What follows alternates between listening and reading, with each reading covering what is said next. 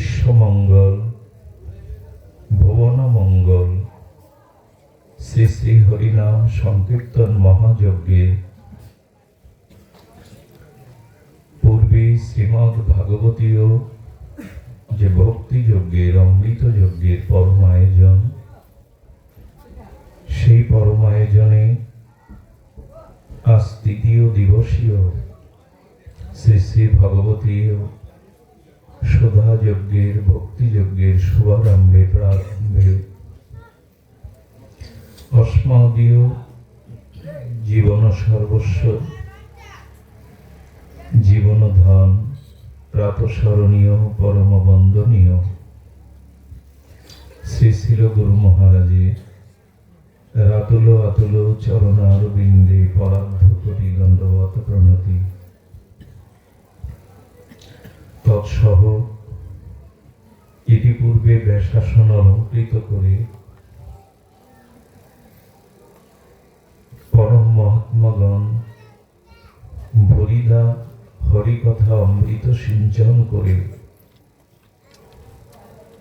আমাদের হৃদয়ে অপ্রাকৃত চিন্ময় রসাস্বাদনে আমাদের ত্রিতাব্দোদ্দিত হৃদয়কে পরমানন্দ দান করেছেন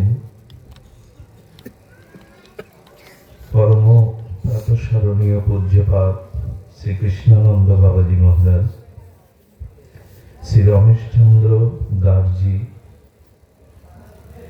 ওনাদের চরণ কমল বন্দনা পূর্বক আমাদের অপ্রাকৃত ভগবানের মধুময় চিন্ময় ধাম শ্রীধাম বৃন্দাবন হতে মহাত্মাগণ তাদের মঙ্গলময় শুভ স্থিতিতে এই স্থানকে ধন্য করেছেন। তাদের চরণ কমলে বারংবার ভূ ভূ দণ্ডবত প্রণতি। সমাগত মহাপ্রভুর অনুরাগী ভক্তগণ, বৈষ্ণবজন, সাধুজন, সন্তজন, মহতজন, সুধীজন, শ্রদ্ধাশীলা, ধর্মশীলা, ধর্মমূর্তি, দেবী মূর্তি, মাতৃশক্তি, মাতৃগণ, সকল ভক্ত চরণে দিন অতি দিনে সশ্রদ্ধ দণ্ডবত প্রণতি। ভাগ্যদয়েন বহুর জন্ম সমর্জিতেন সৎসঙ্গম চ লভ্যতে পুরুষ যদা বৈ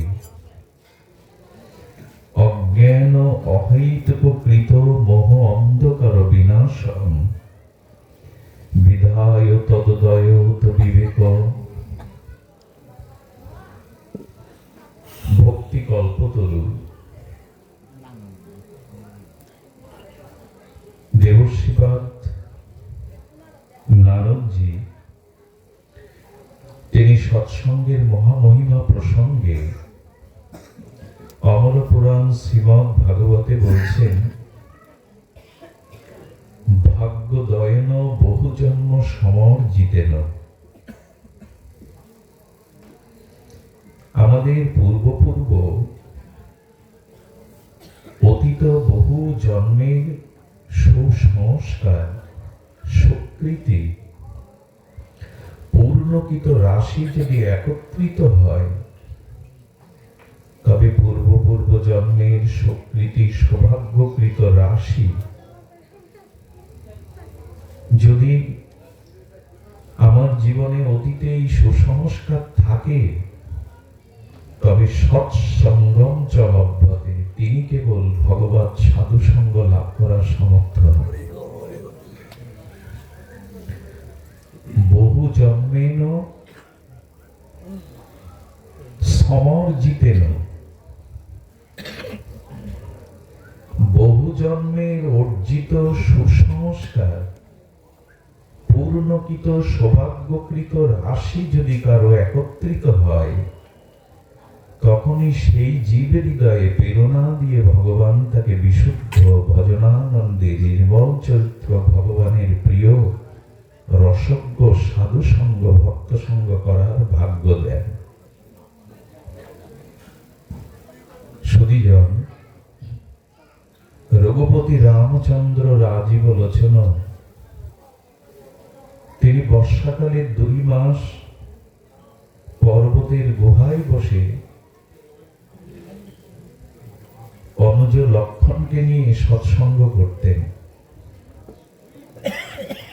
একদিন নীলিমায় সৌদামিনী মেঘমালা দেখে বনের ময়ূর ময়ূরীগণ তারা পরম আনন্দে তাদের পেখম মেলে নৃত্য করছে।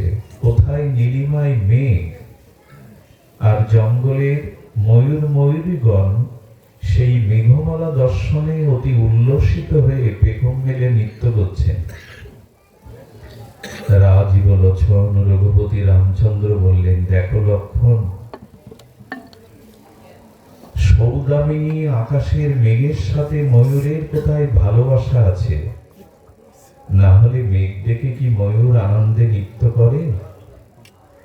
তেমনি ভগবানের প্রতি কারো ভালোবাসা আছে, তার বুঝবার উপায় কি?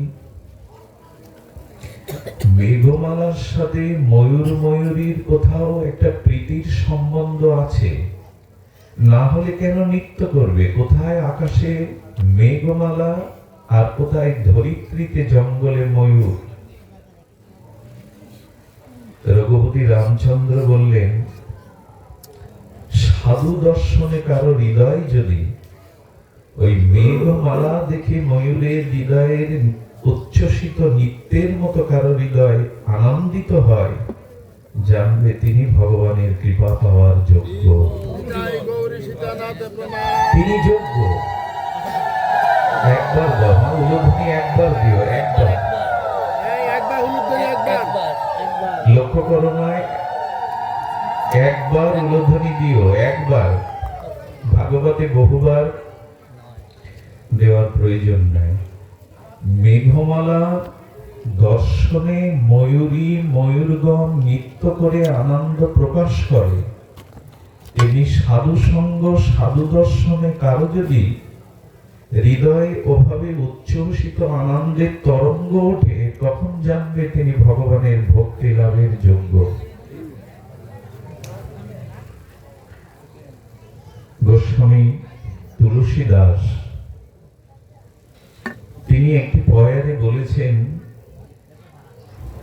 বিনো সৎসঙ্গ বিবেক না হই, রাম কৃপা বিনা সুলভ না সই।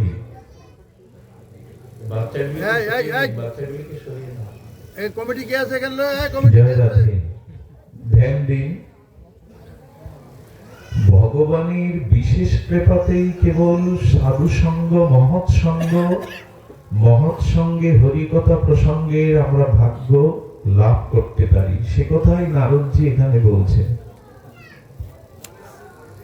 ভাগ্য দয়েন বহুজন্ম সমাজ্জিতেন সাধু সঙ্গম চ লভ্যতে। আর সেই মহাভাগ্য গৌর গোবিন্দের কৃপায়, ঠাকুরানীর কৃপায়, প্রিয়াজির কৃপায়, প্রিয়া প্রীতমের কৃপায় আমরা পেয়েছি। আচ্ছা, সৎসঙ্গ করলে, হরিকথা প্রসঙ্গ সাধুমুখে শ্রবণ করলে ফলশ্রুতি কি? এই বাচ্চাগুলিকে সরিয়ে দিন না।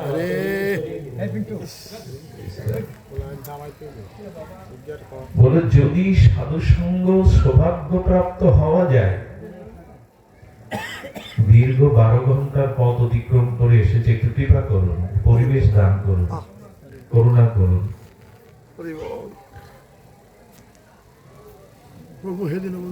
সুধীজন, সাধু সঙ্গের হরিকথা প্রসঙ্গের ফলশ্রুতি কি? খুব ধ্যান দিয়ে শুনতে হবে।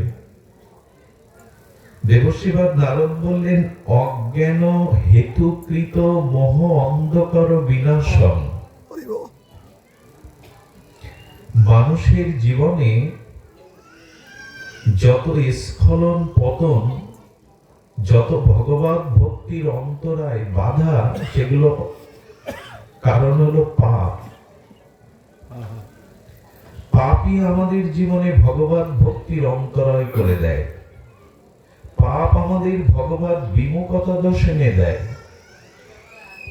শাস্ত্র বহির্ভূত ইন্দ্রিয় চরিতার্থের জন্য সাধু শাস্ত্র লঙ্ঘন করে ইন্দ্রিয় উপভোগের জন্য যে শব্দ স্পর্শ রূপরস গন্ধ আমরা ভোগ করি, এই শাস্ত্রকৃত সাধুকৃত শুধু নিজ রিপুভোগ্য ইন্দ্রিয় ভোগ্যের জন্য আমরা যে পাপাচার করি, এই পাপ হলো ভগবান ভক্তির পথে প্রধান অন্তরায়। পাপের সরলত্ব হলো যার দ্বারা মানুষের পতন হয়, স্খলন হয়, অবারিত পতন হয়, তার নাম পাপ। আর এই পাপেরও সূত্র, পাপেরও কারণ হলো অজ্ঞানতা। সাধু সঙ্গের দ্বারা যেটি প্রাপ্ত হওয়া যায়, প্রথমত অজ্ঞানতা দূর হয়। সাধু সঙ্গের দ্বারা কি দূর হয়? এই যে অজ্ঞানতাই হলো সমস্ত দুর্বলতা, সমস্ত পাপের সূত্র। কি হচ্ছে বারবার? জয় রাধে। এখন ধ্যান দিন, সাধু সঙ্গের ফলশ্রুতি হলো এই অজ্ঞানতা দূর হওয়া। অপরাধ নেবেন না, যারা জাগতিক লেখাপড়া জানে না আমরা তাদের মূর্খ বলি, অজ্ঞান বলি। এদের জ্ঞান আছে, লেখাপড়া জানে না। কিন্তু লেখাপড়া, আক্ষরিক বিদ্যা, জাগতিক ডিগ্রি না থাকলেও যদি আপনি বড় বড় ডিগ্রির অধিকারীও হন, আর যদি জগতের কোন পদার্থবিদ্যা, জাগতিক বিদ্যা চরম উৎকর্ষ শিখরেও ওঠেন, তবু আপনার মূর্খতা বা অজ্ঞানতা যাবে না যদি সাধু সঙ্গ না করেন। এর কারণ হলো, আচ্ছা অজ্ঞানতাটা আছে কোথা থেকে? পাপ আসে অজ্ঞানতা থেকে। অজ্ঞানতাটা আসে কোথা থেকে? মোহ থেকে। কিসে থেকে আসে? মোহ। অজ্ঞানতার হেতু হলো মোহ। মোহ কাকে বলে? আমাদের প্রকৃত শাশ্বত স্বরূপ যখন উপলব্ধি না করে এই জাগতিক বস্তুর প্রতি, জড় বস্তুর প্রতি এটাকেই সত্য মনে করে, এটাকেই শান্তি মনে করে, এটাকেই জীবনের একমাত্র লক্ষ্য মনে করে সেগুলো জড়িয়ে ধরি, এর নাম মোহ। স্বরূপ তত্ত্বকে, ঈশ্বর তত্ত্বকে উপলব্ধি না করে জাগতিক জড় বস্তুতেই যখন আমরা শান্তি, সুখ, আনন্দ, শ্রেয় হিসাবে আসক্তির দ্বারা আঁকড়ে ধরি, তার নাম মোহ। পাপের থেকে পতন আসে, স্খলন আসে, ধ্বংস আসে। পাপ আসে অজ্ঞানতা থেকে, অজ্ঞানতা আসে মোহ থেকে, আর মোহ থেকে আসে অন্ধকার। এরকম দেবশ্রীপাদের শব্দাবলী তো, অজ্ঞান অহৈতুকীকৃত, অজ্ঞান হেতুকৃত মোহ অন্ধকার ও বিনাশং। সাধু সঙ্গের ফল কি, প্রাপ্তি কি? তো সেখানে বলছেন এই যে মোহ, এই মোহ থেকে অজ্ঞানতা, অজ্ঞানতা থেকে যে পাপ, এবং এই সব কিছু মিলে মোহ, অজ্ঞানতা থেকে আমাদের জীবনে অন্ধকার নেমে আসে। ধ্যান দিন, অন্ধকারের ধর্ম বস্তুকে ঢেকে দেওয়া, আবৃত করা। এখানে লাইট গুলো সব বন্ধ করে দিলে আপনি আমাকে বা আমি আপনাকে দেখতে পাবো না। অন্ধকারের ধর্ম হলো বস্তুকে ঢেকে দেওয়া, আবৃত করে দেওয়া। তেমনি আমাদের জীবনের সব থেকে বড় অন্ধকার হলো বর্তমানে আমরা বিশ্বজয় করছি। আমরা বলতে বর্তমান জড় বিজ্ঞানের যে উৎকর্ষতা, সমুদ্রের তলদেশ হতে আর আকাশের মঙ্গল গ্রহে, মহাকাশে মানুষ সবকিছু খবর রাখছে। মানুষ সমুদ্রের তলদেশ হতে মহাকাশ অভিযানে চন্দ্র বিজয় বা চন্দ্র জয় তো পুরনো সংবাদ। এখন মঙ্গল গ্রহে বা গ্রহ গ্রহান্তরে গবেষণা চলছে। মানুষ এত প্রযুক্তির দ্বারা জানছে, কিন্তু সে জানে না সে কে। সেই ব্যক্তি অজ্ঞান, সেই ব্যক্তি মোহ অন্ধকারে নিমজ্জিত, যিনি নিজের পরিচয় জানেন না, নিজের স্বরূপ জানেন না। অন্ধকার বস্তু ধর্মকে ঢেকে দেয়। তেমনি আমাদের জীবনে মোহ হেতু যে অজ্ঞানতা, আর মোহ অজ্ঞানতা হেতু যে অন্ধকার, সেটাও ঢেকে দিয়েছে যে কে আমি, আমার প্রকৃত স্বরূপ পরিচয় কি। এই মোহকৃত অন্ধকার অজ্ঞানতা দূর হয়, বিনাশ শব্দ দিয়েছে, বিনাশ হয়ে যায় যদি কেউ সাধু সঙ্গ পাওয়ার সৌভাগ্য প্রাপ্ত হয়। কখনো সাধু সঙ্গে নাশম। আর কি বলেছেন? বিদায় হি তদ্বদ্বয়ত বিবেক। তুলসীদাস গোস্বামী বলছেন, বিবেক অন্য কোথাও পাওয়া যাবে না। সাধু সঙ্গের দ্বারাই মানুষ বিবেক জাগ্রত হয়, বিবেকের উপলব্ধিটা বুঝতে পারে। আচ্ছা, বিবেক কাকে বলে? ধ্যান দিন, বর্তমান সময়ে বিবেক এর বড় অভাব। শাস্ত্র বলেছে, যার বিবেক নাই সেই ব্যক্তি জগতের প্রবৃত্তিময় বৃত্তিময় জীবন যেমন করে প্রায়শ সে পশু ধর্মে রূপান্তরিত হয়। তার পরিণতি, তার গতাগতি প্রকৃতি পশু ধর্মের সাথে মিলে যায়। বিবেকহীন ব্যক্তি, দেখুন, ভগবৎ সঙ্গে সাধু সঙ্গে এসে কেউ পূর্ণ পাবেন না। এখানে জাগতিক ভোগ বাসনা পূরণ হবে না। ছেলের চাকরি, মেয়ের ভালো পাত্র, এখানে পুণ্য কর্মের আশায়ও কেউ আসবেন না। ভাগবতে কি হয়, সাধু সঙ্গে কি হয় বললেন, তব উদয় তো বিবেক, বিবেক জাগ্রত হয় এখানে। এবং এই বিবেক জাগ্রত হওয়াটা মনুষ্য জীবনে, এই দুর্লভতর মনুষ্য জীবনের সব থেকে বড় প্রাপ্তি, বিবেক জাগ্রত হওয়া। বিবেক কাকে বলে? সৎ এবং অসৎ যথাযথ নির্ণয় পূর্বক যখন অসৎকে পরিত্যাগ করে আমরা সৎকেই গ্রহণ করি, এই বিচার ক্ষমতাটার নাম। এই সৎ অসৎকে সম্মুখে রেখে তত্ত্বত উপলব্ধির দ্বারা যারা অসৎকে পরিত্যাগ করে সৎকে গ্রহণ করতে পারে, এরই নাম বিবেক। বিবেক মানে কি জানলাম আমরা? সৎ এবং অসৎ হতে, সৎটাকে গ্রহণ করে অসৎটাকে পরিত্যাগ করবার যে বিবেচনা, এরই নাম বিবেক। সৎসঙ্গে বিবেক জাগ্রত করার একমাত্র স্থান। বিনু সৎসঙ্গ বিবেক না হই, শুদ্ধ বিবেচনা। এই জন্য এই বিবেক এর একটি দৃষ্টান্ত আছে, রাজহংস। রাজহংস মানে আমাদের দেশে যেগুলো দেখা যায় এটা না, এটা মানস সরোবরে কখনো কখনো দেখা যায়।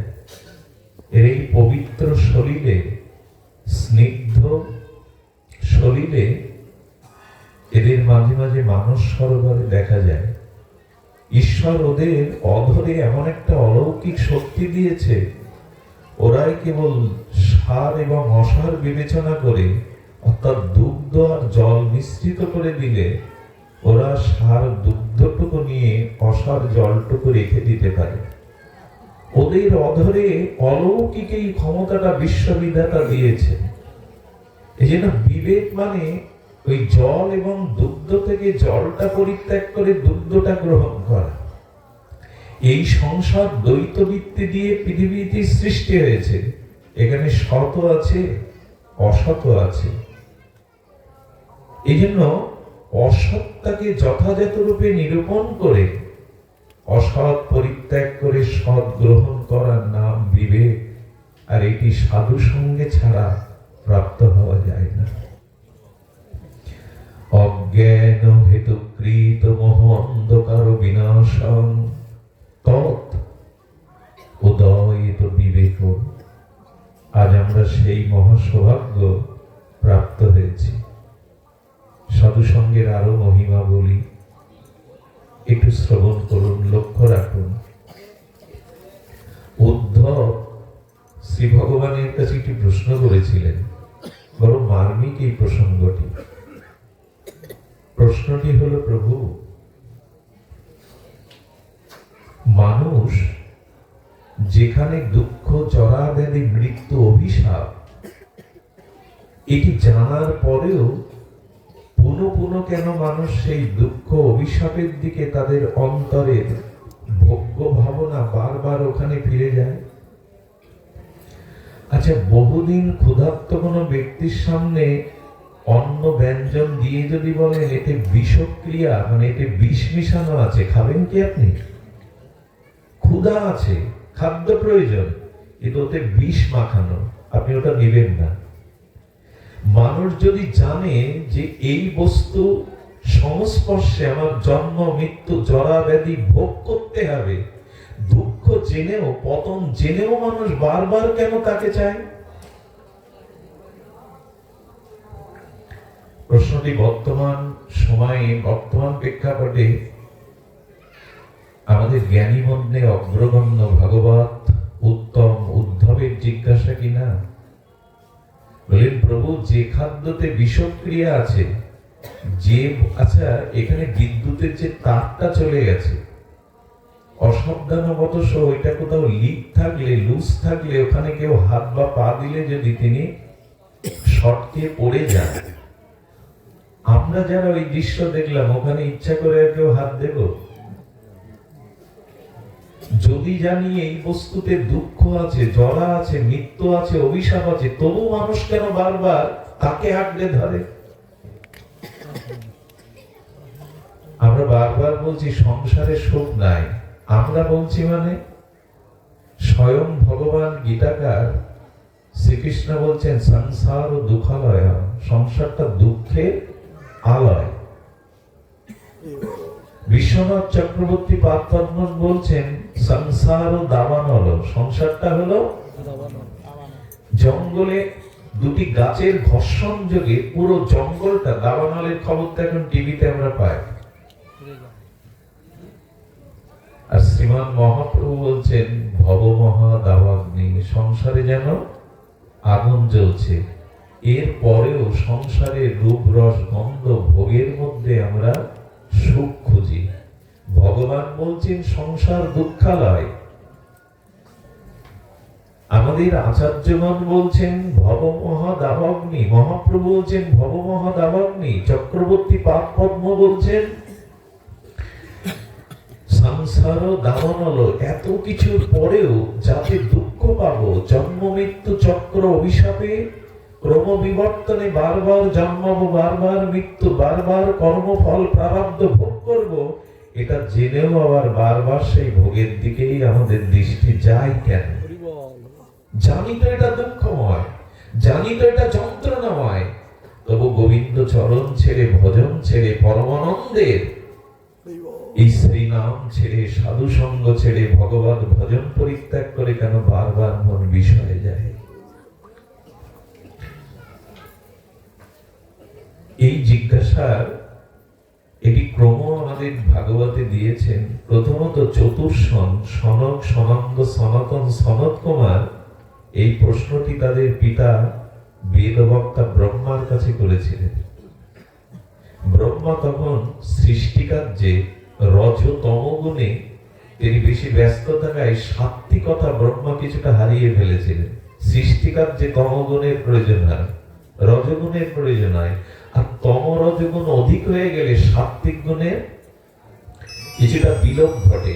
আর যখনই সাত্ত্বিক গুণের অভাব হয় তখন সে ভাগবত প্রজ্ঞাকে উপলব্ধি করতে পারে না। ব্রহ্মা বলছেন পুত্রের প্রশ্নের উত্তর দিতে পারছি না। তাদের কি প্রশ্ন ছিল চতুর্শনের? বলেছিল মন বিষয়ে যায় না বিষয় মনের মধ্যে এসে মেশে? কোনটা হবে বাবা? মন বিষয়েতে যায় না বিষয় মনে এসে মেশে? কোনটা? এটা চতুর্শন ব্রহ্মাজিকে বলছেন। ব্রহ্মা উত্তর দিতে না পেরে তপস্যায় বসলেন। এই তপস্যা করতে করতে ভগবান প্রসন্ন হয়ে অদ্বিতীয় অলৌকিক হংস অবতার হয়েছিলেন ভগবান। হংস অবতারে এই প্রশ্নের উত্তর ব্রহ্মাজিকে সমাধান করেছিলেন। আচ্ছা, মন দিল্লিতে গেল না দিল্লি মনে এলো? বিষয়ে মন গেল না মনে বিষয় এলো? এখানে হংস অবতারে ভগবানের কাছে প্রশ্ন করছেন, কে আপনি? হংসরূপে এসেছেন তো? বলে এই প্রশ্নটা যথাযথ নাই, ভ্রম প্রশ্ন। কে আপনি এই কথা, এই প্রশ্নের জিজ্ঞাসা উত্তর হয় না। বলে কেন? শুধিজন চতুর্শনকে ব্রহ্মাকে বলছেন, সকলের মধ্যে আত্মা সর্বত এক ও অভিন্ন, তাই আত্মা তোমার মধ্যেও যা আমার মধ্যেও সেই একই স্বরূপ আত্মা। এই জন্য কে তুমি? এই প্রশ্ন অবান্তর। আচ্ছা, বলছেন আত্মা সবার মধ্যে এক, কিন্তু দেহ? বলো দেহের উপাদান, এখানে যারা আমরা নরনারী আছি আমাদের দেহের উপাদান একই, ওই সেই ক্ষিতি অব তেজ মরু। তাহলে স্বতন্ত্র তো কেউ নয়, ওই এক ও অদ্বিতীয় তত্ত্বে ভগবান নিয়ে যেতে চাচ্ছে। আত্মা ছাড়া, স্বরূপ ছাড়া, এক তত্ত্ব ছাড়া জগতে অন্য কিছু নাই। এই উত্তরে বুঝলেন ইনি সাধারণ কেউ নন। ভগবান হংস অবতারে এসে বলেছিলেন, কবি বলুন প্রভু, দেখুন আত্মা, আমাদের যে ভগবানের চিৎকন শাশ্বত সনাতন আত্মা, এই আত্মার একটা দিকে রিপুগুলো ইন্দ্রিয়গুলো জড়িত, আর একটা মনের সাথে সংযোগ। এই মন যদি দিল্লিতে, ঢাকা, কলকাতা বিষয়ে চলে যেত, মন আমার থেকে যেদিন চলে যাবে সেদিন আমার অস্তিত্ব থাকবে না। আসলে বিষয় এসে মনে ভর করে। আত্মা বা মন যেদিন চলে যাবে সেদিন আমি জড়, মৃত। এই জন্য আমাদের মনে বিষয় আসে। কেমন? এখানে যে মোবাইলে বা আমরা যেগুলো মেমোরিতে আমরা যেগুলো ধারণ করি, সেই দিল্লি, কলকাতা, ঢাকা বা এই অনুষ্ঠান ধারণ করি, পরবর্তীতে আমরা এটা সিডির দ্বারাই বা টিভির মাধ্যমে এগুলো দেখতে পাই কিনা? একটু বন্ধ রেখে দিন মোবাইলগুলো, আমরা দেখতে পাই কিনা? ছোট মেমোরির মধ্যে ওটা ধারণ করা হয়েছে। তেমনি লক্ষ্য করুন, আমাদের মন নামক বস্তুতে আমার পূর্বপূর্ব জন্মের সংস্কারটা, আমার কর্মটা ওখানে মেমোরিতে রাখা রয়েছে। জন্মের সাথে সাথে যে মন পায়, ওই মনের মধ্যে আমার পূর্ব সংস্কারগুলো ছবি রূপে আছে। ওগুলো মাঝে মাঝে সংস্কার রূপে আমার মধ্যে আসে। মন যায় না, মনে ওই সংস্কারটা ছবির মতো তোলা আছে। এই জন্য আমাদের মনোধর্মে মাঝে মাঝে ওই বিষয় যেগুলো ভোগ করেছি, উপভোগ করেছি জন্ম জন্মান্তরে, সেগুলি সব ওখানে রাখা আছে। এখন বলছেন বিষয় এবং মন, এই বিষয় মন থেকে কি করে আলাদা করা যাবে? মন থেকে বিষয় বা কুসংস্কার গুলো কি করে আমরা মুক্ত হতে পারি? এই উত্তর হংসরূপ ভগবান তিনি জানাচ্ছেন। খুব মার্মিক উত্তরটি। ভগবানের কাছে প্রশ্ন হলো, কেন মনের মধ্যে এই সংস্কার গুলো আসবে যেটা আমাদের বহির দিকে নিয়ে যাচ্ছে? ধ্যান দিয়ে শুনুন, এটাকে কেন আসে আমাদের মধ্যে? ভগবান উত্তর দিচ্ছেন, আমাদের এই যে আমি এবং আমার দেহ, আমি আর দেহ সম্বন্ধজাত স্ত্রী পুত্র আমার, এই আমিত্ব, মমত্ব, অহমত্ব অহমতা এবং মমতা, এক কথা গুরু মহারাজ বলে দিয়েছেন, অহমতা মানে আমি দেহ, এই রক্ত মাংসের পিণ্ড আমি, আর এই দেহ সম্পর্কজাত স্ত্রী পুত্র কুটুম্ব সজ্জন পুত্র কন্যা আমার, এই আমি আমার অহমতা এবং আমাদের যে মমতা, এই দুটি জিনিস যতদিন মন থেকে আমরা গুরু কৃপায় ভজন মহিমায় মন থেকে সংস্কার না করতে পারবো, ততদিন বিষয় হতে আমার মন আলাদা হবেই না। প্রস্তাবনাটা একটু কঠিন, কিন্তু আমাদের জানতে হবে ভাগবত তো আবেগের বস্তু নয়, সর্ববেদান্ত সার অমল পুরাণ ভাগবত, এটি কোনো আবেগতাড়িত বস্তু নয়। আগে তত্ত্ব দর্শনের সাক্ষাৎকার হতে হবে।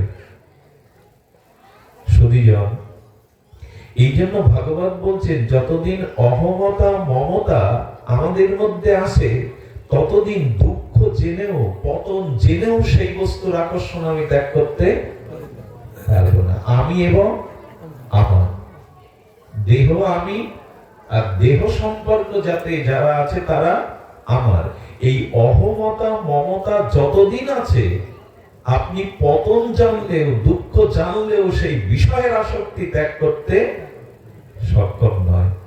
খুব মুখের কথা অহমতা মমতা ত্যাগ করা, এই জন্য তো বৈষ্ণব কৃপা, সাধু কৃপা, শ্রীগুরু পাপপদ্মের কৃপা, এগুলো অনুভূতি না হলে আমি আমার এই উপলব্ধি হবে না।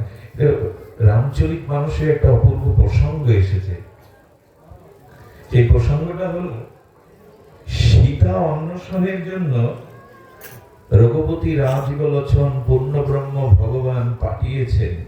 সেখানে জাম্ববান আছেন, হনুমান আছেন, অঙ্গদ আছেন, বানরগণ আছেন।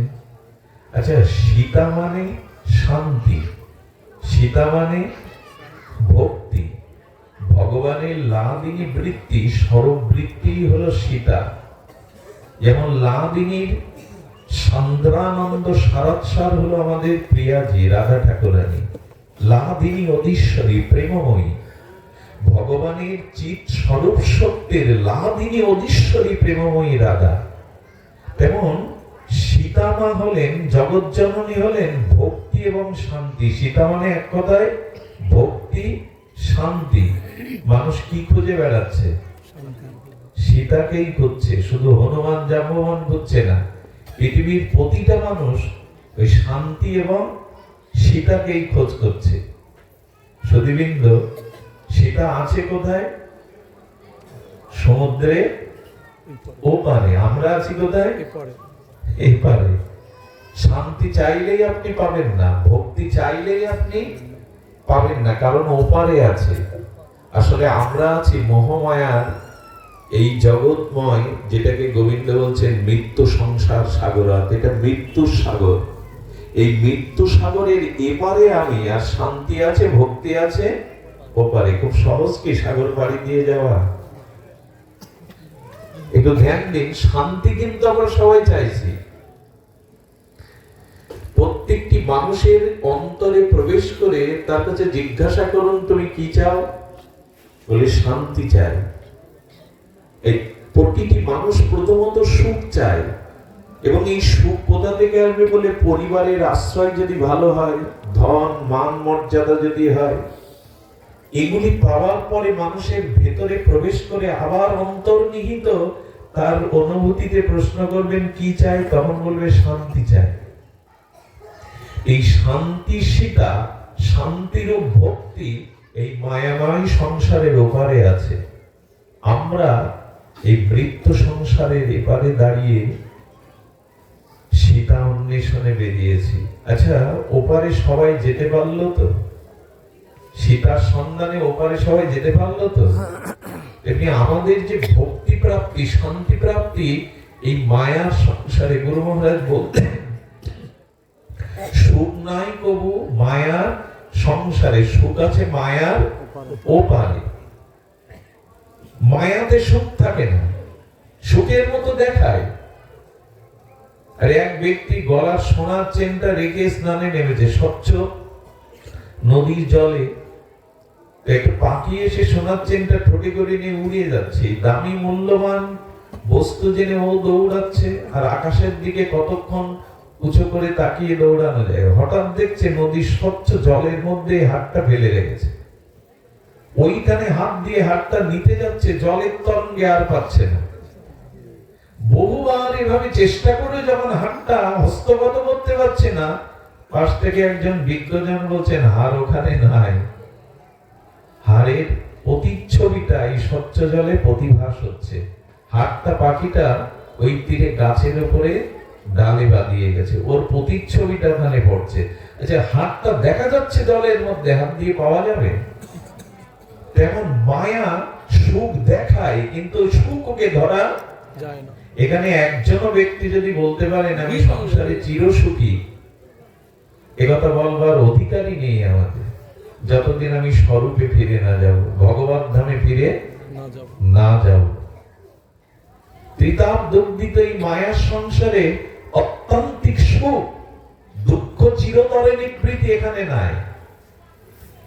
আমি মাঝে মাঝে বলি, ভগবানের পিতা দশরথের ইচ্ছা পূর্ণ হলো না যে আমার জ্যেষ্ঠ রাম রাজা হোক, সেই দিন তাকে বনবাসে যেতে হবে। ভগবানের পিতার ইচ্ছা পূর্ণ হয়নি, তো আপনার আমার ইচ্ছা পূর্ণ হবে? আচ্ছা, রঘুপতি রাজই বলেছেন রামচন্দ্রকে, বলুন তো, তুমি ভগবান, তোমার বনগমনের জন্য তোমার পিতা মারা গেল, তোমার মা বিধবা হলো, তুমি আটকাতে পারলে না, তুমি ভগবান? ভগবান বললেন, নরলীলাতে আমি দেখাতে এসেছি যে এই সংসারটা দুঃখেরই জায়গা, ভগবানের কোনো কর্মফল নাই, তবু তিনি জগৎজীবকে শিক্ষা দিচ্ছেন যে দুঃখের হাত থেকে নিষ্কৃতির উপায় আছে। সেই উপায় খোঁজ করতে গিয়ে সবাই কি করছে জানেন? অঙ্গদ বলছেন আমি 100 যোজন যেতে পারি, কিন্তু ফিরে আসতে পারবো কিনা জানি না। কোন বানর বলছে আমি 10 যোজন যেতে পারি।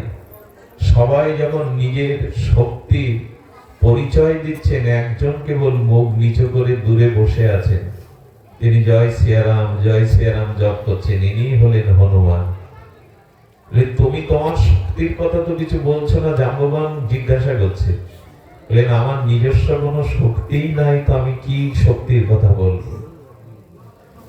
যদি অভিমান থাকে, অহং থাকে, আপনি ওপারে যেতে পারবেন। এই দেখুন, শঙ্করের অবতার, জ্ঞানী মধ্যে অগ্রগণ্য বলশালী হনুমান বলছেন আমি তো পুতুল, রাম আমাকে যেভাবে নাচায় আমি সেভাবে নাচি, আমার নিজস্ব কোনো শক্তি নেই, এই জন্য আমি চুপচাপ আসি। জাম্ববান তখন বললেন, তোমার দ্বারাই সম্ভব সীতান্বেষণ। অর্থাৎ এপারে থেকে আমাদেরও পড়ে থাকতে হবে, যদি নিজের বল, নিজের গর্ব, নিজের অভিমান নিয়ে পড়ে থাকে। ভগবানের চরণে সম্পূর্ণ সমর্পিত ভাব ছাড়া সীতান্বেষণ সম্ভব নয়।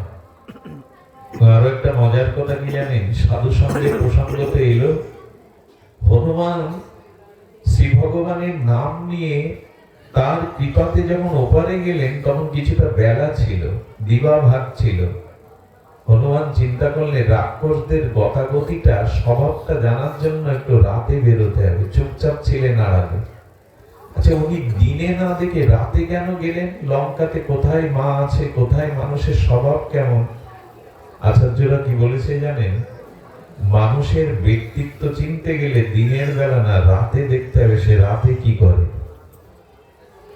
দিনে আমার মতো সবাই সাধু সেজেই থাকে, রাতে মানুষের প্রবৃত্তি, ভোগবৃত্তিটা বাড়ে। এই জন্য রাতের মানুষের পরিচয় নিতে হবে, তার ব্যক্তিত্ব কেমন, রাতে সে কি করে। এই জন্য সাধু সন্তরা, মহাত্মারা পুরো ঘর দিয়ে, দরজা দিয়ে রাতেই ভজন করে। তারা ভোগবৃত্তিটা আমাদের মধ্যে বেড়ে যায়। হনুমান এই জন্য দেখছেন যে পুরো লঙ্কাতে কোথাও কোনো ভাগবত চর্চা নেই, একটি ঘর হতে কেবল জয় রাম, জয় সিয়ারাম, জয় সিয়ারাম, ভক্তি দেবী তুলসী আছে, এটাই হলো বিভীষণের ঘর। এই বিভীষণের সঙ্গ পাওয়ার পরেই কিন্তু বিভীষণ রামচন্দ্রের পূর্ণ শরণাগতিতে সমর্পণ করেছিলেন। আচ্ছা, বিভীষণ যদি এতকাল রাম ভক্ত হয়, বিভীষণ যদি প্রভু রামের ভক্ত হন, ভক্তি যাচনা করেন, সীতা হরণ হলো, উনি কিছু বললেন না, সীতাকে বন্দী থেকেও মুক্তির চেষ্টা করলেন না, আর যদি রামি রামি বলবে, রামের ভক্ত হবে, তবে লঙ্কাতে পড়ে আছে কেন, রামের কাছে যাওনি কেন? বলে সাধু কৃপা ছাড়া, বৈষ্ণব কৃপা ছাড়া ভগবানের চরণে কেউ যেতে পারে না। হনুমানের সঙ্গ হলো বিদায়, বিভীষণের চেতনা ফিরল। বলে আপনি রাম ভজন করছেন, কিন্তু রাম কাজ করছেন না, কর্ম করছেন না। আপনার কর্ম ভগবানের পক্ষ নিয়ে সীতা উদ্ধারে সহায়তা করা। সুধীজন, অবশ্য রাবণের লাথি খেয়ে ওই রাত্রে রাত 12টায় বিভীষণ গিয়েছিলেন। আমার কি মনে হয় জানেন, মাঝে মাঝে সংসারের লাথি খাওয়াও ভালো। এখানে যন্ত্রণা কষ্ট, মাঝে মাঝে অভিশাপ পাওয়া ভালো। মায়ার লাথি না খেলে তার চরণে যাওয়ার ইচ্ছা জাগে না। সেই দিনই কিন্তু চলে গিয়েছিলেন। আমার বলবার অভিপ্রায় হলো, হনুমানজির সঙ্গ কৃপায় কেবল বিভীষণ রামচরণে পূর্ণ শরণাগতিতে যেতে পারে, তার আগে নয়। ভজন করলেও যেতে পারেনি, সাধু সঙ্গই এখানে মূল বিষয়। আমরা সাধু সঙ্গের মহিমা প্রসঙ্গে বলতে বলতে এসেছি যে আমাদের অহমতা, মমতা এটি দূর হতে পারে যদি শুদ্ধ সাধু সঙ্গের দ্বারা ভগবত ভজনে ব্রতী হয়। আপনাদের মনে পড়ে ভরত চলেছেন চিত্রকূটে রঘুপতি রামচন্দ্রকে ফিরিয়ে আনতে, আর নিষাদ রাজ কি করেছিলেন জানেন? নিষাদ রাজকে দেখে ভরত গিয়ে নিষাদকে বুকে জড়িয়ে ধরেছিলেন। নিষাদ রাজ বলেছিলেন, আপনার বুকে স্থান পাওয়ার যোগ্যতা নাই, আমার ছায়া কারো উপরে পড়লে সে অপবিত্র হয়ে যায়। ভরত বললেন, তোমাকে বুকে নিলাম কেন জানো?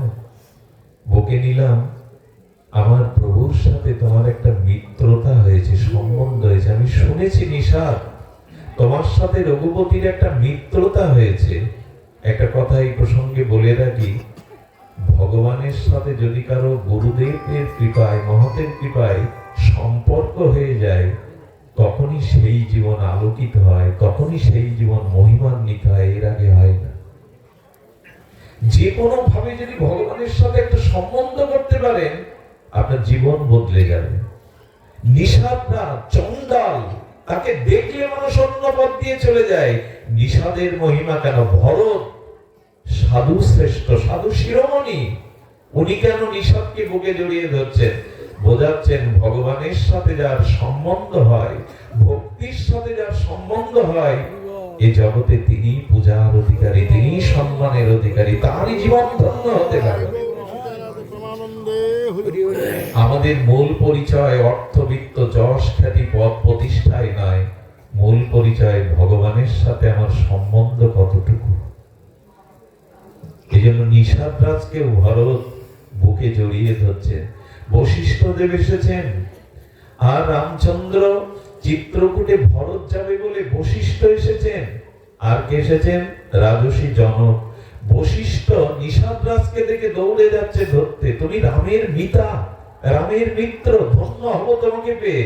বলেন, গুরু বশিষ্ঠ, আপনি ব্রাহ্মণ শিরোমণি, আমি আচার্য শিরোমণি, আপনি প্রভুর বন্দনীয় চরণ, আমাকে আপনি স্পর্শ করবেন না, আপনার পবিত্র শ্রীঅঙ্গ কলুষিত হবে। বললেন, নিষাদ, প্রভুর সঙ্গ যারা পায়, প্রভু যাকে মিতা বলে ডাকে, সে আমার আদরণীয়, এসো আমার বুকে এসো। বশিষ্ঠদেব জড়িয়ে ধরলেন। এই জীবন যদি সার্থক করতেই হয়, ভগবানের সাথে সম্বন্ধ হওয়া ছাড়া কোনো উপায় নাই। এজন্য সংসারের সম্বন্ধ তো অনেক হলো, কিন্তু এই সম্বন্ধে আমাদের প্রাপ্তি কোথায়, প্রকৃত শান্তি কোথায়? জীবনের লক্ষ্য বস্তুতে যেতে গেলে ভগবানের সাথে সম্বন্ধ করতে হবে।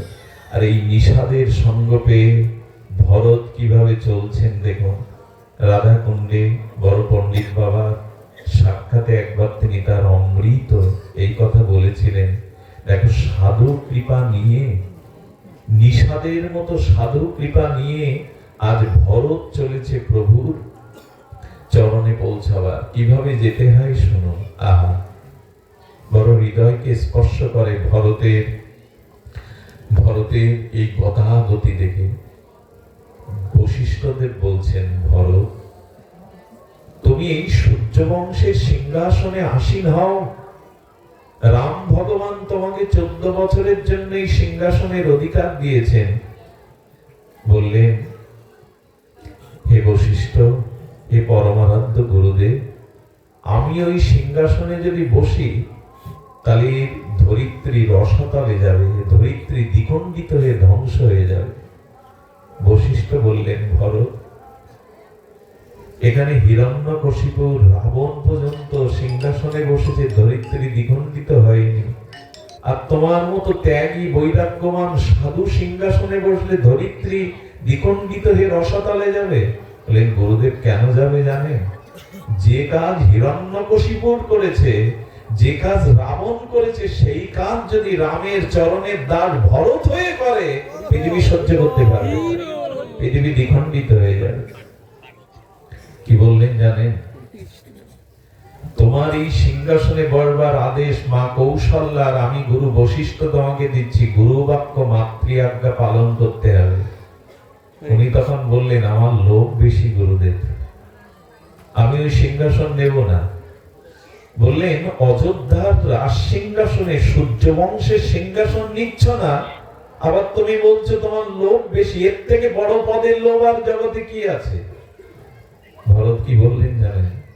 ভরত বললেন, আমি এক পদ চাই না, আমি দুটি পদ চাই। আমার প্রভু দুটো চরণ পাদ পদ্ম চাই, এই পদ আমি চাই না। আমার লোভ আরো বেশি, এক পদ রাজ সিংহাসনের তো একটি পদ, আমি দুটি পদ চাই প্রভুর চরণ। শুনলে অবাক হবে, এই ভরত চলেছে সমস্ত হাতি ঘোড়া নিয়ে, আর ভরতের এই ব্যথাত হৃদয় দেখে অযোধ্যাবাসী বলছে, ভরত, প্রভু যেখানে নাই সেখানে আমাদের থেকে লাভ কি, চলো আমাদেরই নিয়ে যাও। অযোধ্যা বহু নগরীর নরনারী চলল, কি করলো তারা জানে? আহা, ভগবানকে শুধু মুখেই ভালোবাসা বললে হয়? কেউ কেউ অযোধ্যার নরনারী ঘর পুড়িয়ে দিয়েছিল জানেন, নিজের বসত ঘর। বলে, যেখানে আমার প্রভু রাম নাই, যে ঘরে আমার প্রভুর অনুভূতি নাই, সে ঘর পুড়ে যাক। ভগবানকে পেতে গেলে, ভগবানের কাছে যেতে গেলে এই ঘর সংসার প্রয়োজন নাই। রাম নাই তো ঘরে বাস করে কি করব?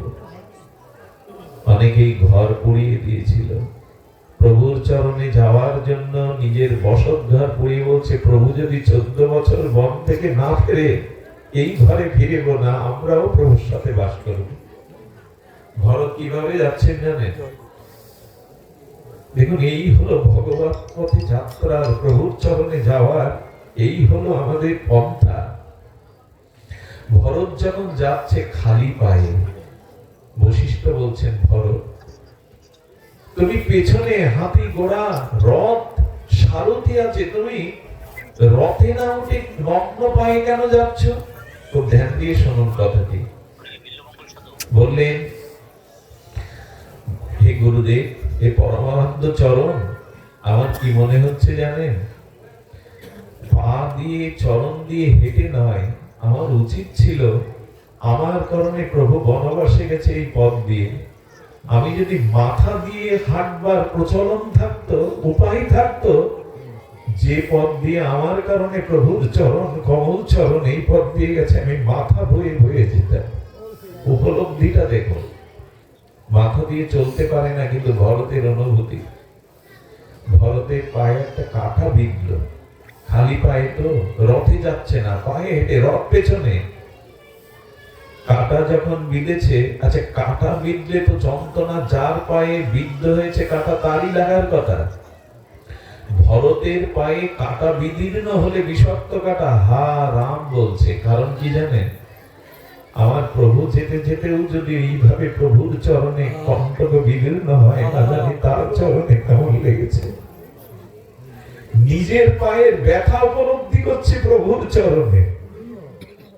এই পথ দিয়েই তো প্রভু গেছেন, যদি কণ্টক তার চরণে ফুটে থাকে, নিজের ব্যথা উপলব্ধি করছে না, প্রভুর চরণ কেমন বেজেছিল। দেখুন, ভগবানের সুখের ভাবনাটাই হলো সেবা। সেবা মানে বহু উপচার না, রং চং লাইট প্যান্ডেল না, প্রভু হৃদয়ে আনন্দ দান করাই হলো সেবা। প্রভুর চরণ কতটা বেজেছে, প্রভুর চরণে পাটা না ধুলা পড়ে গেছে।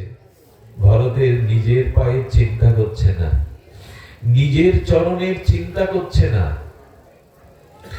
প্রভুর চরণের কথা চিন্তা করছে। কতটা বেজেছিল তার পায়ে, কতটা কষ্ট লেগেছিল তার রাতুল চরণে। ভরত আসবে এটা রাম জানতেন। এই জন্য কি বলেছিল জানে, প্রভু পথকে বলেছিল, বনকে বলেছিল, বন শোনো, আমার ভরত আসবে, আমার হৃদয়ের পরমানন্দ স্বরূপ ভরত আসবে। তুমি এক কাজ করো, ভরত যে পথ দিয়ে আসবে আমার কাছে চিত্রকূটে, সেই পথের কাঠাগুলো তুমি সরিয়ে দিও। বনদেবতাকে বলছে সরিয়ে দিও।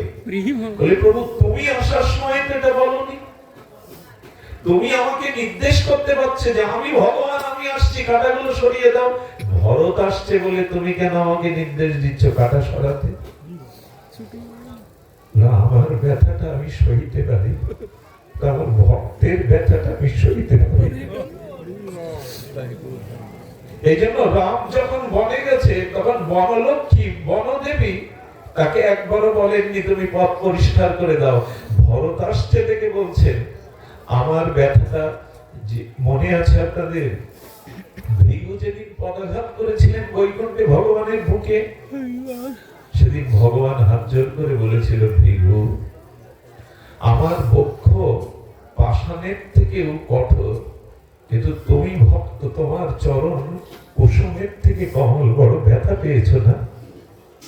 ঘুমন্ত ভগবানের বুকে পদাঘাত করলো ভৃগু, ভগবান উঠে হাত জোর করে বলছেন আমার হৃদয় পাষাণের থেকেও কঠিন, কিন্তু ভক্ত চরণ তো কমল, এসব ভৃগু তোমার চরণটা সেবা করি।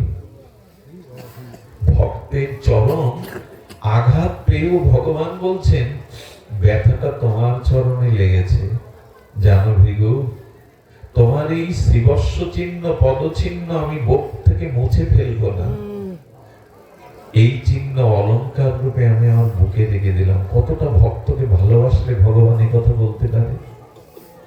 বলে প্রভু আমার চরণ চিহ্ন তুমি বুকে রাখবে? বলে কেন রাখবো জানো না? শোনো, আমি ভাগবত শাস্ত্রে বলেছি মহৎ পদরজ অভিষেকং, যতদিন শুদ্ধ ভক্তের চরণ ধুলি অঙ্গে অভিষিক্ত না হবে ততদিন ভক্তি হবে না। ভৃগু তুমি আমার চরণ রাখলে বুকে, আমার বুকের এক একটি লোমবিহারে অনন্ত বিশ্ব ব্রহ্মাণ্ড সৃজন হয়ে আছে, সেই ব্রহ্মাণ্ডের অনেক জীব কৃষ্ণ বিমুখ হয়ে আছে। আজ তোমার চরণ ধুলি পেয়ে সেই কৃষ্ণ বিমুখ জীবগুলি কৃষ্ণমুখী হবে, তাই তোমার চরণটা আমি বুকে অঙ্কিত করে রাখলাম। দেখুন ভক্তি ভক্তি বলে চিৎকার করলে পাওয়া যাবে না, সদ্গুরুর চরণাশ্রয় পূর্বক নাম নিষ্ঠার সহিত সাধু গুরুর চরণের ধুলিতে, তাদের অভিষিক্ত চরণ জলে আর শ্রী গুরু শ্রী বৈষ্ণবের অধরামৃত উচ্ছিষ্টের মধ্যেই ভক্তি আছে। আর ভক্তির এই তিনটি বলকে কম্বকণ্ঠে চৈতন্য চরিতামৃতকার ঘোষণা করেছেন ভক্ত পদধূলি, ভক্ত পদ জল, ভক্ত ভুক্ত অবশেষ, তিন সাধনার বল। আমরা বড় যুক্তির কাছে চলে গেছি তো, তবে কোন সাধুর চরণ, কোন সাধুর ধুলি ভগবান মাগতে চান? আমার মতো মাদিস লোক দেখানো কপট সাধুর নয়, যারা মনি মনের মনন ক্রিয়া দ্বারা ভগবানের ভজন করে, যারা শান্ত, যারা সুখ দুঃখ সমভাবে নিতে পেরেছে মান অপমানকে, যারা নির্বৈর কোনো প্রাণীর প্রতি যাদের কোনো হিংসা নেই, সমদর্শন, যারা সবার মধ্যে ভগবান আছেন এই সমদর্শন এসেছে, এই জাতীয় ভক্তের চরণ ধুলিও ভগবান নিজে প্রার্থনা করেন। এই জাতীয় ভক্তের চরণ ধুলি আমার অঙ্গে আসুক, এই জন্য আমি ভক্তের পিছু পিছু চলি। আমার মতো মাদিস বিষয় অন্ধ জীবের ধুলি নয়, নিষ্কিঞ্চন শুদ্ধ ভগবানের প্রিয় ভক্তের চরণ ধুলির মধ্যে মহা মহিমা আছে। এই জন্য ভরত চলেছেন। সুধীবৃন্দ আপনারা জানেন ভরতের প্রেম আর অশ্রু বিসর্জনে প্রভুকে ফেরাতে পারেনি। তাই প্রভু ভরতকে এই কথাই বলেছিল, ভরত আমার সুখী যদি তোমার একমাত্র চাওয়া হয়, তাহলে পিতৃসত্য পালনের জন্য 14 বছর যদি আমাকে সুখী দেখতে চাও, তো আমাকে এখানে থাকতে দাও। চোখের জলে ভরত বলেছিল, প্রভু তবে তুমি যদি না যাও, তোমার চরণ খরম দুখানা আমায় দাও। এরপরে কি শুরু হয়েছিল জানেন? তা বলবার মতো ভাষা অনুভূতি আমার নাই। তবে আপনারা মহাত্মা আপনাদের সপ্রকাশ কৃপায় যদি প্রকাশ হয়, ভরত অযোধ্যাতে যাননি, নন্দীগ্রামে চতুর্দশ বর্ষ, এই 14টা বছর তিনি খরন্দকানা ছত্র ধরেই সেবা করেছিলেন। শুধু কি তাই? এটুকুন ভক্তির মহিমা, ভগবানের দাসের মহিমা। নিজের স্ত্রীকে বলেছিলেন, আমার মুখ দেখতে আসবে না, যদি মনে পড়ে অনেক দূর থেকে প্রভুর চরণ পাদুকা দেখে ফিরে যে। আমার জন্য আমার প্রভু বনবাসে, আমি কোন প্রিয়জনের মুখ দেখতে চাই না এই 14 বছর। একদিন এক ভক্ত গিয়ে দেখে ভরত মাটি খুঁড়ে, 1 হাত মাটি খুঁড়ে ওখানেই শয়ন করছে রাত্রে। ভরত শত্রুঘ্ন বলছে, দাদা আপনি মাটিতে শয়ন করুন, মাটি কেটে নিচে কেন শয়ন করছেন? বলেন, শত্রুঘ্ন প্রভু আর দাস এক শয্যায় শয়ন করা ঠিক নয়। আমার কারণে আমার প্রভু বনের ভূমিতে শয়ন করছেন। আমি তার দাস হয়ে যদি ভূমিতে শয়ন করি, প্রভুর মর্যাদা লঙ্ঘন হবে। তাই মাটি কেটে 1 হাত মাটিকে কেটে নিচে শয়ন করছে। প্রেম কি মুখের কথায় হয়? রাধারানীর সুখের জন্য আমি নিজের সুখ কি জলাঞ্জলি দিয়েছি যে দাবি করব, হে রাধে তুমি আমার। আমি কতটুকু নিজত্ব ত্যাগ করেছি ভগবানের জন্য যে দাবি করব আমি তোমার। ভরত একদিন রাত মধ্যরাত্রে সরস্বতীতে স্নান করতে গেছেন, রাত 12টায়। একজন মহাত্মা বলছেন, ভরত স্নানের নিয়ম ব্রাহ্ম মুহূর্তে ভোরবেলা, তুমি কেন রাত 12টায় স্নান করতে এসছো? উত্তর কি দিল জানেন? ভোরবেলা এখানে সাধু সন্তরা সরস্বতীতে স্নান করতে আসে। ওই স্নানরত সাধু সন্তরা যদি ভোরবেলা আমার মুখ দেখে, তাদের ভজন নষ্ট হবে, তাদের ভক্তি নষ্ট হবে। আমার জন্যই প্রভু আজ বনবাসে। আমার মুখ যে দেখবে তার ভজন নষ্ট হবে। তাই রাত 12টায় উনি স্নান করতে আসেন, যাতে মুখ কেউ না দেখে। এই চরিত্রগুলো ভক্তদের আবেগ জানিয়ে দুর্বল করা নয়, এটাই ভক্ত চরিত্র। প্রভুকে ভালোবাসাটা মুখে নয়। মধ্যরাত্রে স্নান করছেন যে ভরতের মুখ দেখলে ওদের ভজন ক্রিয়া নষ্ট হবে। আমার জন্যই তো বহু বনবাসে। ওই 14টা বছর একটু গাভীর দুগ্ধ আর ফল খেয়েছিল। প্রভু মনে যা পেত তাই পেয়েছে। শুধুজন ভগবানকে ভালোবাসা শুধু বাইরে নয়, এটা মুখের বিষয় না। ভরতের এই প্রেমে উপলব্ধিও করেছিলেন। ভরত মধ্যরাত্রে জলে দাঁড়িয়ে রাম রাম বলে কাঁদছে, আর ভরতের ওই প্রেমের তপ্তশ্রু সরস্বতী যেই ভেসে গেল না, প্রভু রামচন্দ্র ভোরবেলায় আর সেই তপবনে বনে স্নান করতে যখন নেমেছেন, তখন দেখছে জলটা গরম। লক্ষণ বলছে, দাদা প্রতিদিনই তো এই জল শীতল থাকে, আজ উষ্ণ কেন? রাম ভগবান ধ্যান করছে আর বলছে, লক্ষণ ভরতের প্রেমের বিরহ অশ্রু এই জলে মিশানো আছে, জলও তাপ হয়ে গেছে। এজন্য ভালোবাসা মুখের বিষয় নয়, ভালোবাসাটা এই অন্তর দিয়ে তার সেবাসুখ তাৎপর্য যদি নিবেদিত হতে পারে। আত্মসুখ বাঞ্ছাকে প্রেম বলেনি মহাজনরা, নিজের সুখের বাঞ্ছাকে কাম বলেছে, কামনা বলেছে। কৃষ্ণেন্দ্রিয় প্রীতি বাঞ্ছা ধরে প্রেম নাম। তাকে কতটুকু সেবা, কতটুকু সুখ, কতটুকু আনন্দ দিতে পেরেছে।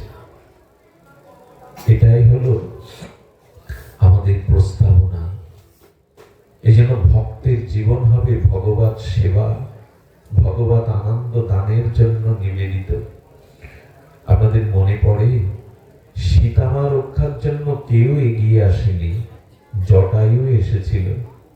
আর জটায়ুর পাখাটা যখন রাবণ কেটে নিল অর্ধমৃত মুমূর্ষ, তখনই একজন বলেছিল, জটায়ু, ত্রিলোক বিজয়ী দেবতাদের ত্রাস মহাপরাক্রমশালী রাবণের বিরুদ্ধে যুদ্ধ করতে গেছ, এখন তো পাখা কাটা, যেতে তো পারবে না ভগবত দর্শনে, সাধু দর্শনে। জটায়ুর যে কথা বড় বিরল, ভক্তি রক্ষার জন্য, প্রভুর সেবার জন্য আমি আমার সমস্ত শক্তি প্রভুর চরণে বিলিয়ে দিয়েছি। এখন আমার দায়িত্ব না প্রভুর কাছে যাওয়ার, প্রভুর দায়িত্ব আমার কাছে আসবার। প্রভুর সুখের জন্য, ভক্তি রক্ষার জন্য যারা জীবন উৎসর্গ করে, ভগবান বলছেন তাকে আমার কাছে আসতে হবে না, আমি সেই ভক্তের কাছেই যাব। জটায়ুকে বুকে জড়িয়ে ধরে বলেছিল, আজ থেকে আপনি আমার পিতা, আমি তো পিতৃহারা, তাই আপনি আজ থেকে আমার পিতা। এই যে জটায়ু, সেদিন দেবতারা কি দেখতে পায়নি সীতা হরণ হচ্ছে? মনি ঋষিরা কি দেখতে পায়নি? কেউ এগিয়ে আসেনি। এই জন্য ভগবানের ভক্তি রক্ষার জন্য, ভগবানকে আনন্দ দেওয়ার জন্য যখন জীবন উৎসর্গ করবেন, আত্মা ইন্দ্রিয় প্রীতিবাঞ্ছা সুখ জলাঞ্জলি দিয়ে, তখনই ভগবানের দায়িত্ব আপনার কাছে আসার, আপনাকে যাওয়া লাগবে না ভগবানের কাছে। এই জন্য হৃদয়ে আত্মসুখ, নিজ সুখের ভোগবাসনা যতদিন বাসা বেঁধে আছে, ততদিন ভগবানের প্রিয়তা আমাদের উপলব্ধি হবে না। আমি একটি কথা যে কত সহস্র লক্ষবার বলেছি, সে কথা পরিসংখ্যান নাই, তবে আরেকবার বলি শুনুন। ভগবানের জন্য কি করতে হবে? এই যে নিজের সবকিছু, একটা দৃষ্টান্ত যারা পাঠ শোনেন তারা বহুবার শুনেছেন, তবু হরি কথা নিত্য নিরন্তর আস্বাদনে তার রস ভাবনাটা, রসসিক্তটা কম হবে না। মনে পড়ে সেই কথা শুনেছিলাম রাধাকুণ্ডে বড় পণ্ডিত শ্যামসুন্দর বাবাজির মুখে। আমাদের কলকাতায়, ধ্যান দিন, কলকাতায় উত্তরাধিকার সূত্রে মেয়েটি রাজ পরিবারে জন্ম নিয়েছিল। রাজপ্রথা তো ছিল না, এ তো রাজার সম্পদের অধিকারিণী হয়েও এই ষোড়শী সুন্দরী যুবতী সমস্ত রাজ সম্পদ, অর্থ সত্ত্ব পরিত্যাগ করে চলে গিয়েছিলেন বৃন্দাবনে। ঘটনাটা এখান থেকে 170-75 বছর আগে। তখন বৃন্দাবন ঘন অরণ্য, শপথ সংকুল জীবজন্তুতে ভরা, আর হাতে গোনা যে মহাত্মারা সরগোস্বামীর আনুগত্যে ভজন করতেন ত্যাগ বৈরাগ্য নিয়ে, তাদের মধ্যে অন্যতম আমাদের বৃন্দাবনের কালিয়াহাটদের সিদ্ধ জগদীশ বাবা, সিদ্ধ মহাত্মা, নিত্য নিরন্তর অন্তর্মনা ফল্গু ধারার ন্যায় রাধারানীর চরণ চিন্তা করছেন। এই মেয়েটি কলকাতার রাজ পরিবারের উত্তরাধিকারিণী, সমস্ত রাজ ঐশ্বর্য ত্যাগ করে সিদ্ধ বাবার চরণে গিয়ে পড়েছে, বাবা আপনার কৃপা চাই, রাধারানীর ভজন করব বলে বৃন্দাবনে এসেছে, আপনার কৃপা চাই, গুরু কৃপা ছাড়া তো হবে না। সিদ্ধ জগদীশ বাবা ওর দিকে তাকিয়ে দেখলেন রূপের ছটায় চারিদিকে আলোকিত। বাবা বললেন, ফিরে যা মা, ফিরে যা, এই রূপ যৌবন নিয়ে ব্রজে টিকে থাকতে পারবি না, চলে যা মা, বিয়ে খাওয়া কর, সংসার কর, ছেলে মেয়ে বড় হলে আসিস, যা। ওরা তো বেশি কথা বলে না। আচ্ছা, মেয়েটা কি সত্যি মন থেকে যেতে বললো বাবা? আসলে একটু পরীক্ষা নিচ্ছেন ও কি করে। মনে মনে উত্তর না করে মনে মনে বললেন, বাবা ছেড়ে যখন এসেছি আর ফিরে যাব না। শুনলে অবাক হবে মায়েরা, ওই যুবতী সুন্দরী রূপের ছটাটা চট দিয়ে ঢেকে রাখতেন সারাদিন। হরিনাম করতেন আর চট দিয়ে কুঠিয়ার মধ্যে ঢেকে রাখতেন, একটা কুঠিয়া বেঁধে। গোধূলি বেলায় সেই আবছা আলোতে সিদ্ধ বাবার চরণে দূর থেকে প্রণাম করতেন আর চোখের জলে আত্মনিবেদন করছেন, কবে তোমার কৃপা পাবো? শ্রীগুরু কৃপা না হলে তো হবে না, কবে তোমার কৃপা পাবো? মেয়েটা 1 মাস আসেনি, এক মাস পর গোধূলি বেলায় সিদ্ধ বাবার সামনে এসে দাঁড়াতে পারছে না, লিখে হাড়গুলো কেবল আছে, ঠোঁটটা চোখটা বাদে বল বলে পড়া ঘা। বাবাজি বলছেন ক্ষীণ কণ্ঠে, কে রে মা, কে তুই? বাবা চিনতে পারছেন না আমায়, আমি সেই কলকাতা। ও, এক মাস তো আসিসনি, তোর গায়ে এই পোড়া বল বলে কিসের ঘা? আগুনে পড়ে গেছিলি? না বাবা। তো পক্স হয়েছিল? বলে না বাবা। এই পোড়া বল বলে ঘা, তোর রূপ যৌবন কোথায় গেল? পুরো দেহটাই তো পোড়া। বলে বাবা, যেদিন বললেন এই ভরা রূপ যৌবন নিয়ে ব্রজে ভজন করতে পারবো না, সেদিন নিজের বিবেককে বুদ্ধিকে বুঝিয়েছিলাম, ওরে চিতায় পড়লে তো এই দেহটা এক মুষ্টি ছাই ছাড়া কিছু হবে না। যদি শৃগাল কুকুরে আমার মৃত লাশটা খায়, ওদের উদারে 4-5 দিন পরে মলমূত্র হবে এই শরীর। আর যদি মাটির নিচে দিয়ে দেয়, অসংখ্য কীটবিকীটে রূপান্তরিত হবে আমার এই শরীর। তো যে রূপ যৌবন রাধারানীর ভজনের পথে বাধা, বাবা আমি তা রাখিনি। কি করেছিস তুই? ভজনের বাধা মনে করে আমি পাত্রে আগুন জ্বেলেছিলাম, ওই আগুনে লোহার শিক গরম করে আমার যৌবনকে সেকা দিয়ে পুড়িয়ে দিয়েছিল।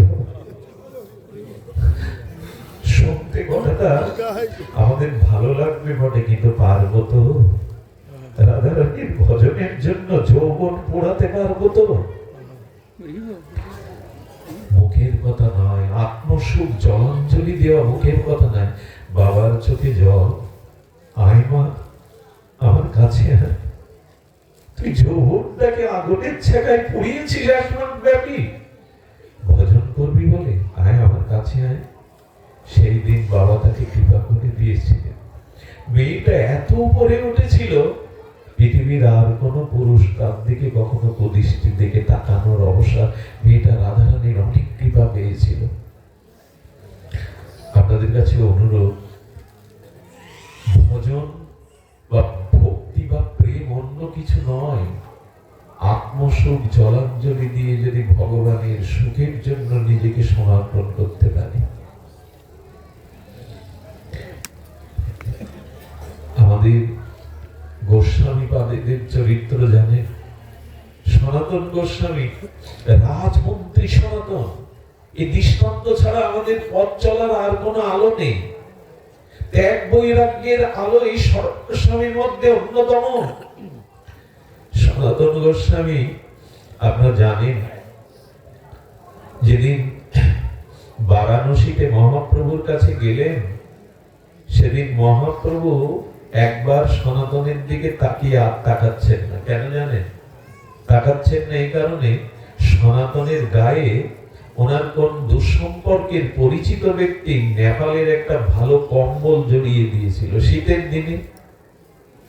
এবার ভাবুন না কথাটা, মহাপ্রভু ওর দিকে তাকিয়ে আর পুনরায় তাকাচ্ছেন না। সনাতন গোস্বামী বুঝতে পেরেছে মহাপ্রভু যেন মনে মনে বলছেন, সনাতন, জগৎ জীবের ত্যাগ বৈরাগ্য শিক্ষার জন্য তোমরা আমার নিজজন জগতে এসেছো। তোমাদের আদর্শই পরবর্তীতে রাধা মাধবের যুগল নিষ্কিঞ্চন বিশুদ্ধ কেবলা ভক্তি প্রচার হবে। ভক্তি সিদ্ধান্ত তোমাদের দ্বারাই আমি স্থাপন করব। তুমি যদি সব রোগ ছেড়ে এলে, অল্প একটু রোগ কেন ওর গায়ে জড়িয়েছো? মহাপ্রভু কিন্তু মুখে বললেন না। কম্বলটা দেখে মহাপ্রভু বলেছেন, এরকম দামি কম্বল যদি তোমার গায়ে থাকে তো ছাড়লে কি? অনেক কিছু ছাড়লে, এইটুকু কেন পারলে না? অবাক হতে হয়। সনাতন মহাপ্রভুর হৃদয়ের ভাষা বুঝতে পেরে কি করেছিলেন জানেন? সেদিন রাজমন্ত্রী যেন তেন নন উনি। উনি গিয়ে দেখে এক বাঙালি ভিখারি, তার বহু ছিদ্র কাঁথাটি ময়লা, তাই জলে চুবিয়ে কাঁথাটি রোদ্দুরে শুকাতে দিয়েছে। সনাতন গিয়ে সেই বাঙালি ভিখারির কাছে হাত জোড়ে বলছেন, আমাকে ভিক্ষা দেবে? পারবো তো আমরা। মহাপ্রভুকে সুখ দেওয়ার জন্য, ত্যাগ বৈরাগ্য জগতে প্রতিষ্ঠার জন্য ভিখারি সেজে সনাতন গোস্বামী রাজমন্ত্রী বলছেন, আমাকে ভিক্ষা দেবে? আপাদ মস্তক ভিখারি চেয়ে বলছেন, ভিখারির সাথে ঠাট্টা করতে নাই। আপনাকে দেখে মনে হয় তো আপনি রাজার রাজা, আপনি কেন ভিক্ষা চাইছেন আমার কাছে? সদন বলেছিল, আমার থেকে বড় ভিখারি এ জগতে আজ আর কেউ নাই, দাও না। কি চাই বলুন? তোমার ছেঁড়া কাঁথাটা আমায় দেবে। ছেঁড়া কাঁথাটা নিয়ে নিজের কম্বলটা ভিখারিকে দিয়ে মহাপ্রভুর পাশে এসেছিলেন। এবার প্রভু প্রসন্ন হয়ে তার দিকে তাকিয়ে জড়িয়ে ধরতে গেছে সনাতনকে। এই দেখুন, বৈরাগ্য প্রভুর বড় প্রিয়। ত্যাগ বৈরাগ্য ছাড়া এ পথে কিছু পাওয়া যাবে না।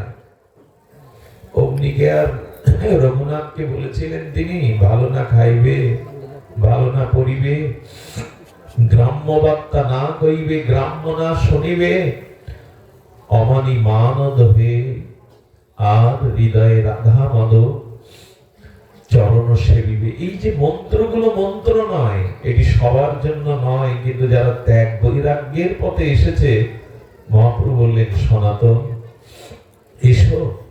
বললেন, প্রভু আমাকে ছুঁয়ো না, আমি পামর, আমি অধম, আমি পাপিষ্ঠ, আমাকে ছুঁয়ো না। মহাপ্রভু সেই দিন যে ভাগবতের শ্লোকটি বলেছিল, বড় বিস্ময়কর। সনাতনকে দেখে বলছেন, অক্ষ ফলং তাহাদিশ দর্শনে, সনাতন তোমার মতো নিষ্কিঞ্চন ত্যাগ বৈরাগ্যময় ভক্তকে দর্শন করাই হলো এই চক্ষুর ফল লাভ করা।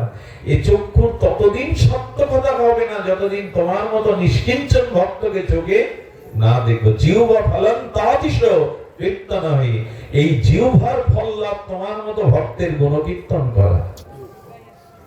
দেখুন, ভক্ত চরিত্র বললে কি হয় জানেন? ভগবানের চরিত্র বললে ভক্তরা এসে বসে শোনে, আর যেখানে ভক্ত চরিত্র কীর্তন হয়, ওখানে ভগবান আগে এসে সবার আগে বসে শোনে। ভক্ত চরিত্র ভগবানের কাছে বড় প্রিয়। সুধীজন সেই দিন সনাতনকে বলছেন, গাত্র স্পর্শ তাহিস, তোমার মতো ভক্তকে আলিঙ্গন করাই হলো এই দেহের সার্থকতা। দুর্লভতা হি ভাগবত লোকে, সনাতন তোমার মতো ভক্তই এই জগতে দুর্লভ। এই জগতে কোনো কিছুই দুর্লভ না, সুদুর্লভ হলো তোমার মতো নিষ্কিঞ্চন শুদ্ধ ভক্তকে পাওয়া। মহাপ্রভু জড়িয়ে ধরতেন। এই জন্য আপনাদের কাছে নিবেদন করব, প্রভুর সুখের জন্য আমাদের আত্মসুখ জলাঞ্জলি দেওয়ার নামই হলো কৃষ্ণেন্দ্রীয় প্রীতিবাঞ্ছা। একেই প্রেম বলে, একেই ভক্তি বলে। ঐশ্বর্য আছে আছে, ভাগ্যক্রমে সুকৃতিতে ঐশ্বর্য যদি আমরা কেউ পাই তাতে ক্ষতি নাই, কিন্তু মনটাকে ভগবানের সেবার জন্য নিবেদন করে রাখুন। এটা ছাড়া প্রেম ভক্তি আপনাদের মনে আছে, এটি বলেই হয়তো আমি সুধীবৃন্দ একটু ভক্ত চরিত্র বলতে গিয়ে মনে পড়ে, একটু ধ্যান দিন, রোহিদাসের কথা মনে পড়ে। আরে জুতো সেলাই করে যা পান, তাও সাধুদের জুতো সেলাই করে পয়সা নেন না। জুতো সেলাই করে যা পান, 8 আনা পেলে 4 আনা গঙ্গা দেবীকে দিয়ে দেন ভোগরাগ, আর 4 আনা বাড়ি এনে চাল ফুটিয়ে আর ভগবানকে একটু নিবেদন করে নিজে পান, বৈষ্ণব থাকলে তাকে দেন। এইভাবে জুতো সেলাই করে আর ভগবানের নামানন্দে চোখের জলে জয় সিয়ারাম জয় সিয়ারাম, এই মন্ত্রই তার সার। প্রভু একদিন দেখলেন রোহিদাস গত 7 জন্মে ব্রাহ্মণ ছিল, কিন্তু এবার রামানন্দের স্বামীর কৃপাতে এক মুচির ঘরে, দাসের ঘরে এসেছেন জগৎকে দেখাতে যে যেখানে দৈন্য আছে, দীনতা আছে, ভক্তি আছে, সেখানেই ভগবান, সেখানেই ভক্তির আশ্রয়। এই জন্য এবার উচ্চকুল নিয়ে হরিদাসের মতো তিনি নিচকুলে এসেছেন। নিচকুল বলা উচিত নয়, জগৎকে দেখাতে এসেছেন ভক্তি সার। এখানে কোথায় কার জন্ম হয়েছে, কোন কুলে জন্ম হয়েছে এটা নয়, ভক্তি সার। রঘুপতি রামচন্দ্র জুতো সেলাইয়ের কারণ দেখিয়ে কৃপা করতে এসেছে। রোহিদাস যখন জুতোটা পালিশ করে দিচ্ছে তখন বলছে, তোমাকে কি দেব? ভগবান চলে এসছে কোথায় দেখো। রোহিদাস বলছেন, আপনার হয়তো জানা নাই বাবা, আমি সাধুদের সেবা করে কোনো অর্ঘ্য নেই না। রাম ভগবান তখন বলছে, তোমার ঘরে তো খড় নাই, রোদ বৃষ্টি পড়ে, আর এই সারাদিন জুতো সেলাই করে কোনোদিন জোটে না। আমি তোমাকে একটা জিনিস দিতেছি, হাত বাড়াও। হাতে কি দিলেন জানেন? পরশ পাথর। ওইটা দেওয়ার জন্য ভগবান এসেছেন। বলে এইটা কি?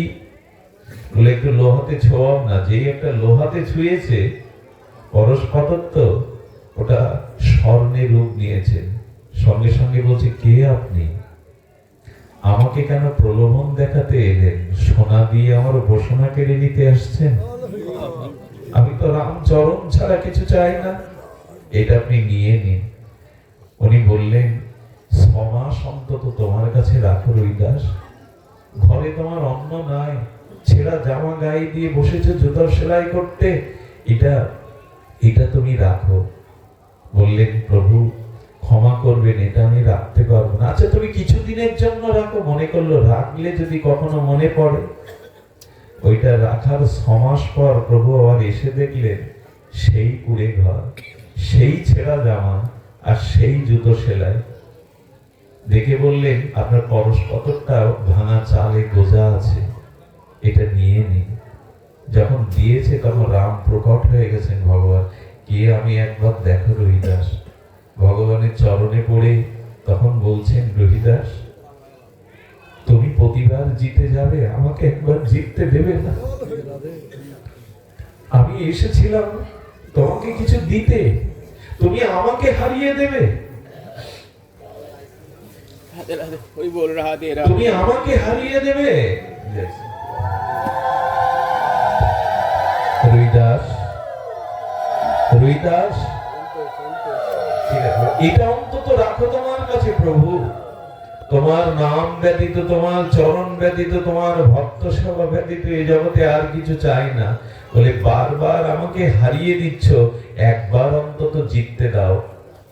বললেন, কাল তোমার বিগ্রহের চরণের কাছে 4টে করে স্বর্ণ মুদ্রা পাবে তুমি, এটা অন্তত একবার আমাকে জিততে দাও। বলে প্রভু কাল যদি স্বর্ণ মুদ্রা তুমি আমার বিগ্রহকে দাও, আমি কিন্তু তোমাকেও ঘরে রাখবো না, বিগ্রহকেও ঘরে রাখবো না। এই দেখুন ভক্ত চরিত্র। সুধীবৃন্দ ওই 4টে সকালবেলা স্বর্ণ মুদ্রা পেয়ে প্রথম দিন জলে ফেলে দিয়েছিলেন। সুধীবৃন্দ ধ্যান দিন, পরের দিন ভগবান প্রকট হয়ে বলছেন, বারবার তুমি জিতে যাচ্ছ, আমাকে একদিন জিততে দাও। দুটো স্বীকার করেছিলেন ভগবানের বুকে ব্যথা দেখে। এই জন্য এইসব নিষ্কৃষণ ভক্তরা জগতে এসেছিল। ভগবান তাদের পরশ পাথর দিয়েও তাদের চিত্তকে ভ্রমিত করতে পারেনি। প্রভু সোনা দিয়ে উপাসনা কেড়ে নিতে চেও না। উপাসনাই তো আমার প্রাণ, উপাসনাই তো আমার সম্পদ। শ্রী গৌরাঙ্গের 2টি পদ, যার প্রেম সম্পদ। ওই ছাড়া তো ভক্তের অন্য সম্পদ নাই। একমাত্র সম্পদ হলো গৌর পাদ পদ্ম, রাধারানীর শ্রী চরণই হলো ভক্তদের একমাত্র সম্পদ। আর তার কাছে সম্পদ কই? এই জাতীয় ভক্তের কাছেই ভগবান চিরদিন চিরদিন এই জাতীয় ভক্তের ভক্তিকে বিজয় ঘোষণা করেছেন প্রভু। মনে পড়ে ওই দেশের রাজা পর্যন্ত রহিদাসের কাছে শিষ্য হয়েছিলেন। আর রাজা একদিন বলছেন, গুরুদেব একটু চরণামৃত যদি আপনার শ্রীহস্ত থেকে পেতাম। এই দেখুন বিশ্বাস সহজে হয় না, অল্প ভাগ্যে হয় না, মহাপ্রসাদে বিশ্বাস। ওই যে চামড়া ভেজানো একটু জল, ওই যে ভগবানের চরণ চিন্তা করছে তো রহিদাস, ওই চরণকে বিধৌত শরণাঙ্গ সাধনের দ্বারা চরণ বিধৌত করে চামড়া ভেজানো জল রাজার হাতে দিয়েছে। আচ্ছা বলুন তো, চামড়া ভেজানো পাত্রে থেকে কেউ যদি জল দেয়, ওটা চরণামৃত করে বিশ্বাসে পাওয়ার অতটা সংস্কার রাজার নাই। রাজা কি না? রাজা তখন বলছেন, এটা তো পাওয়া যাবে না সংস্কারে বাদে, তাই কোডের পকেটে না, ওইটা লুকানোর জন্য ওর মধ্যে চরণামৃতটা এইভাবে হাতটা ঘষে নিয়েছে। চরণামৃতর বিন্দুটা রাজার কোডের পকেটের এক কোনায় ভিজে গেছে।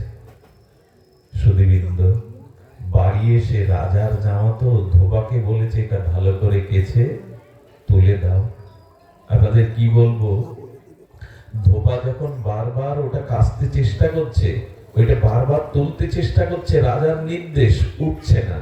কি করলো জানো?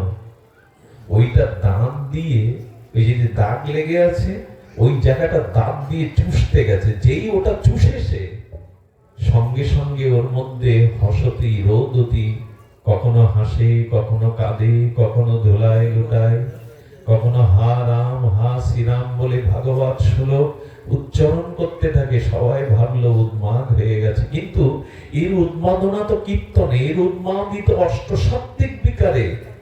সবাই যখন এই সংবাদটা রাজাকে বলল, রাজা বলল আপনার কাপড় কাচতে গিয়েই ওর এই দশা। রাজা ডেকে বলছি, কি গো তোমার এই দশা কেন? তুমি লেখাপড়া জানো না, ভাগবত শ্লোক বলছো, হরিনামে গড়াগড়ি দিচ্ছ, অশ্রু সজল হয়ে প্রেমাবিষ্ট হচ্ছে, কখনো হাসছো কখনো কাঁদছো। বলেন তার আগে বলুন আপনার পকেটের মধ্যে কি ছিল? ওই দাঁতটা আমি দাঁত দিয়ে চুষতে গিয়েই তো আমার এই দশা।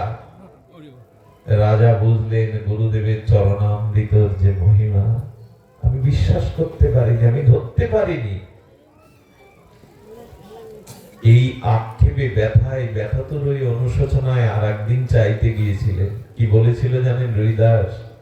জীবনের ওই একদিনই চরণামৃত পেয়েছিলে, আর সারা জীবন হাত বাড়ালে ওই চরণামৃত তুমি পাবে না।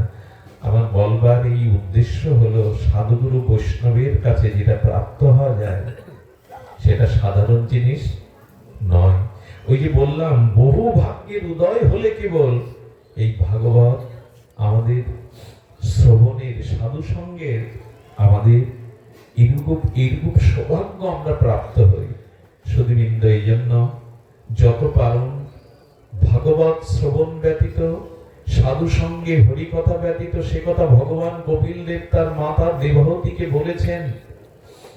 তিনি বারবার বলেছেন, মা এই বৃদ্ধ বয়সে তুমি কি করে প্রেম ভক্তি লাভ করবে? তবে শোনো, শতাং প্রসঙ্গ নাম মম সংবিদ বীর্য ভবন্তিরিত কর্ণ রসায়ন কথা তজ্জ সনাতদস্য অপবর্গ বর্তমানি শ্রদ্ধার অতি ভক্তি ক্রমমিষ্যতি। মা তুমি কি করবে যেখানে সাধুগণ মিলিত হয়ে ভগবানের প্রসঙ্গ নাম রূপ লীলা কীর্তন করছে?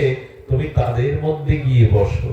মা ওই সাধুদের শ্রবণ কীর্তনের ভজন অনুভূতি তোমার হৃদয়ে ক্রমে ক্রমে পবর্গ দূর করে অপবর্গের দ্বারা আর তোমার চিত্তে ক্রমোন্নতিতে প্রেম ভক্তি জেগে উঠবে। মা আমাদের কলিযুগের কি করা আছে? না তপস্যা, না যোগ, না দান, আমরা কি করতে পারি?